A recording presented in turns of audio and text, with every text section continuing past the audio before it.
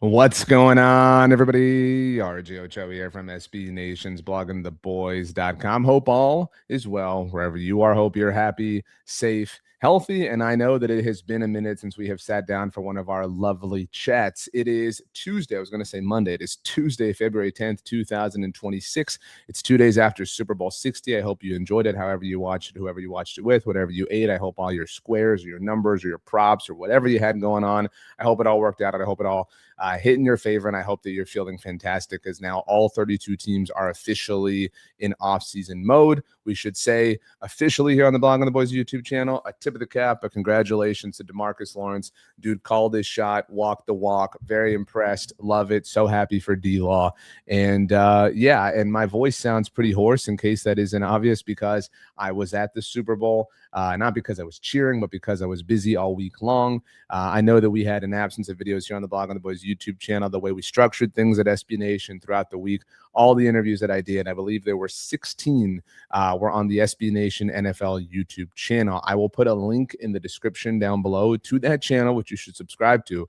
There are links to all my social profiles there as well. If you want to hang out with me on social, there'll be clips of all these interviews to come throughout the weeks, but I'll also put links because I love you all to each and every single interview. If you want to watch one specifically and you don't want to go look through the channel listing, if there's a name that catches your eye, I'd say my favorite was Baker Mayfield. That was fantastic. That was a lot of fun. I also really enjoyed talking to Ladd McConkey and Keenan Allen of the Los Angeles Chargers. And I was in a golf event. I know I had a really hard week on Friday, and I got to play with Ladd McConkey. So it was very cool, very awesome, fun experience. And we're going to talk Cowboys in a minute, but I know a lot of you reached out and congratulated me on working the Super Bowl, offered some very kind things, and thank you so much.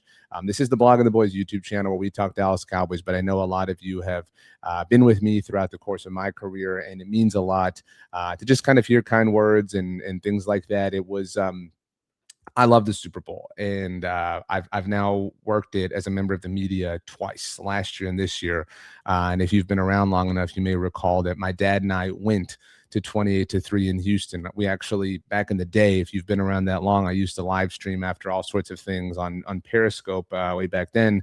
And my dad and I did a Periscope on Ocho Live way back then. And Chris Collinsworth was walking through the crowd. And that was kind of a moment that my dad and I reference a lot when we were recapping 28-3 and that comeback. But as a Cowboys fan, last year just wasn't, look, I'm not going to complain about going to the Super Bowl. I think I was pretty honest about that, but it wasn't a ton of fun watching the Eagles win in incredible fashion for them. It was just a bitter pill to swallow for us. And I know I think we're turning the tide a little bit as Cowboys fans right now, but we were a lot more down collectively about the state of our team, this time a year ago than we maybe are right now. Maybe my read on that is wrong.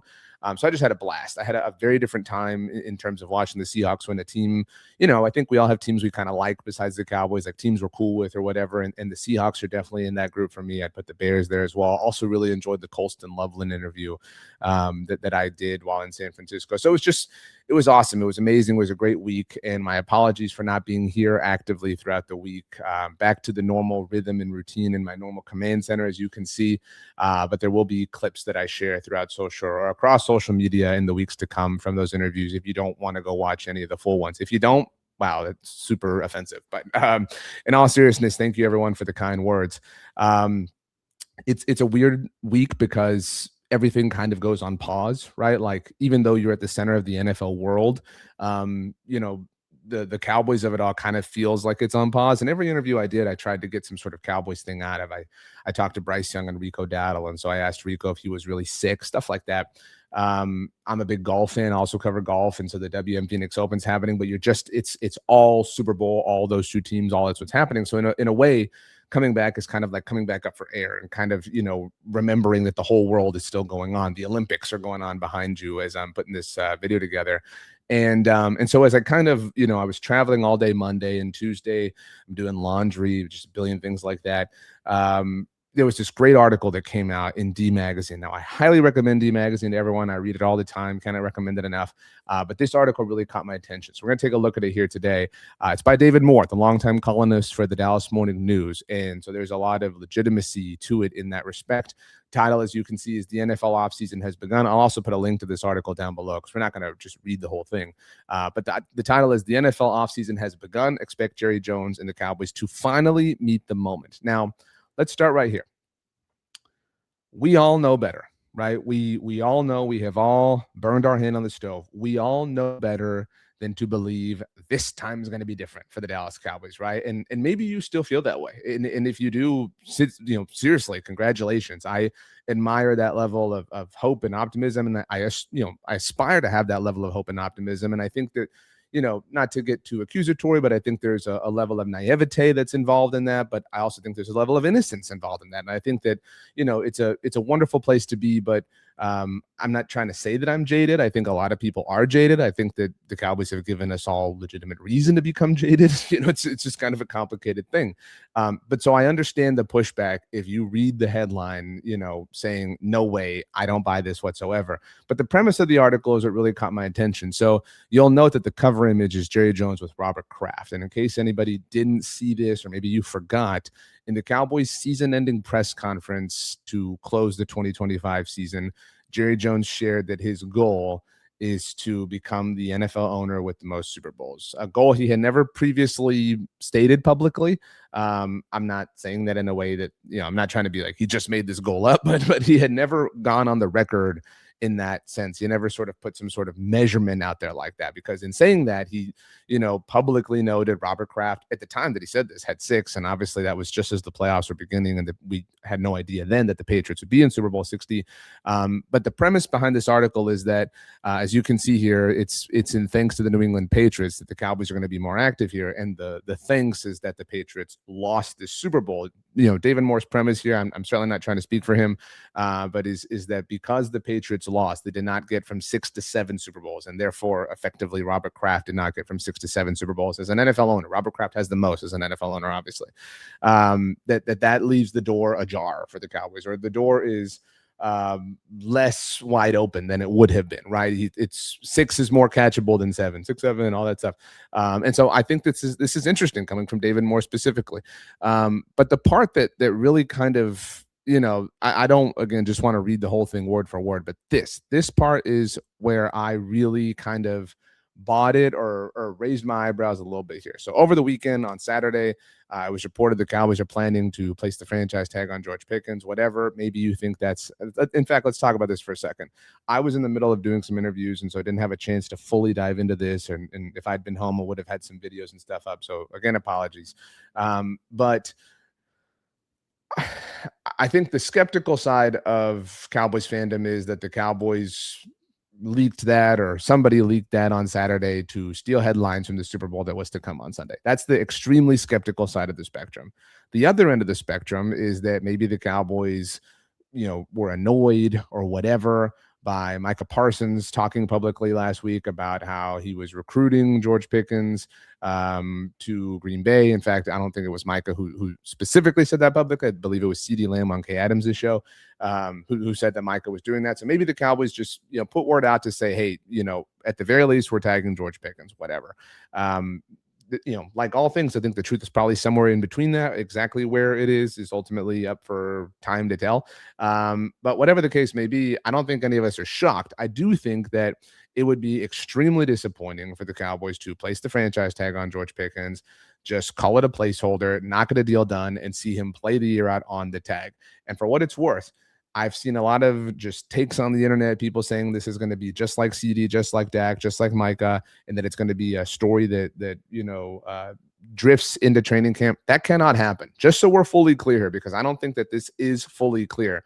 The situation surrounding George Pickens is different than it was regarding Dak Prescott, anytime, CeeDee Lamb, or Micah Parsons. George Pickens is currently set to become a free agent. His contract with the team is expiring. That was not the case for any of the previously mentioned players. Those players were all under contract during the training camps in question in which the drama encircled them. And that's why some held out, some did their own thing. You could even throw Zach Martin in here to a different degree.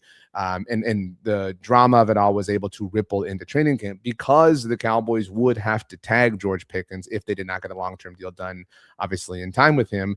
They would have to by mid-July come to an agreement, or else if by mid-July the Cowboys and George Pickens, again, if they place the franchise tag on him, if they did not have a deal, the NFL rules are that he would have to play the year out on the franchise tag. That even if the Cowboys wanted to negotiate with him at training camp, which is obviously at the end of July and August, they wouldn't be able to. That's the reality of the franchise tag. So there will be no training camp drama specifically with regards to George Pickens if this goes the franchise tag route. It's either going to be he gets a long-term deal done before mid-July, or he's on the franchise tag. And obviously he could still decide to hold out on the franchise tag a la Le'Veon Bell, but it would not be a situation exactly like we've seen with other players relative to the Cowboys in recent history. So now that you're caught up, now that you understand all this David Moore piece about Pickens was interesting to me. He said the Cowboys will tag Pickens to prevent him from hitting the free agent market while it concentrates on outbidding suitors for free agents who will markedly upgrade the defense. Then Jones, obviously talking about Jerry here, will come back and try to get something done with Pickens. This is David Moore being cheeky and being funny, the same way I intend to give my wife more than a cheesy card for Valentine's Day if I know it's good for me. He mentioned earlier in the column that he predictably, the way the Cowboys placed the franchise tag on George Pickens was as predictable as him giving a Valentine's Day card to his wife. So kind of a full circle joke there. So do I believe this? Do you believe this? Does anybody believe this, that the Cowboys are going to place the tag on Pickens so that they can focus on other people in free agency, other players in free agency, and upgrade the defense and then come back to George Pickens? I'm Stephen Jones air quoting, misusing air quotes here. No, I don't believe that. I want to believe that. I really do. I really would love to believe that, but it just, how can you? I mean, and look, David Moore notes this here. He says, doubts it will unfold this way are understandable. Jones has brought those on himself, but the first sign this offseason will be different. The first sign this offseason will be different came with the hiring of defensive coordinator Christian Parker from Philadelphia. We all talked about that at the time, obviously, how that was truly a step in a different direction. And it may or may not have been the first. It may or may not have been the only, but it objectively was a step in a direction and in a territory that the Dallas Cowboys have not inhabited. So that was promising. But I say this with respect and out of love. You would be an absolute fool or just naive or innocent or whatever, what we outlined a little while ago, to believe that, oh man, it absolutely definitely is unequivocally 100% going to be different. I think you would be misjudging the situation to jump to that conclusion. Now, I admire you if you're willing to do that, and I aspire to have that level of hope and maybe naivete, innocence. Naivete is a good thing. I don't mean to diminish it, but objectively, based on a lot of recent history, over a decade's worth of recent history, to believe the Cowboys are just going to like suddenly be active in free agency is believing that they're going to be something that they have not been. Like, nothing but evidence supports that they won't be that way. Now, if they are, I think I'll be the first, you'll be the first. Like, we collectively can all be the first person to say, dude, respect. I mean, we were wrong. You actually did it. You actually put your money where your mouth is, and we'll go buy the jerseys now, right? Like, we'll go buy the foam hats and we'll go buy the Cowboy Ritas, and we'll go do all that stuff that we had kind of gotten sick of doing over and over and over again. And maybe you still won't, right? Like, maybe you still have to see the results on the field. Maybe you have to see more than just some activity in free agency. I don't know why I emphasized activity like that.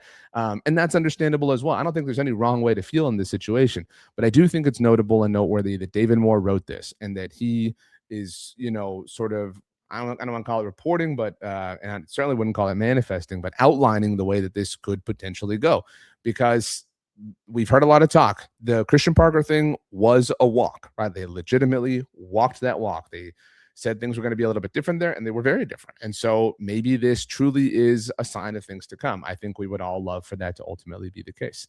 It's great to be back with you. Great to be back home. Great to just kind of, be in my normal rhythm, my normal routine, as I mentioned. And so looking forward to things being back to normal all the time now. So thank you, everybody, for your support. As I mentioned, the links to all the interviews are down in the description below. The links to all my social profiles are down in the description below. Whatever strikes your fancy, you can certainly meet me wherever you want to across the internet. My name is RJ Ochoa. I've been covering the Cowboys for over 10 years now, and I think you are super duper awesome. I think you are amazing. I think you are perfect. I think you're the best, and I think that in general, but also because you took some time to hang out with me today to talk about the Dallas Cowboys. So let's hope that the next few weeks give us a lot of material to, eat some crow on. I think we would love that, in a lot of different ways. So yeah, let's go ahead and let's get out of here. Thanks so much, everybody, for hanging out. Have something delicious to eat. Enjoy the Olympics, as I mentioned. We'll see what's happening behind you, and I focus my attention over there. And yeah, we'll see you next time. Thanks so much once again, and go Cowboys.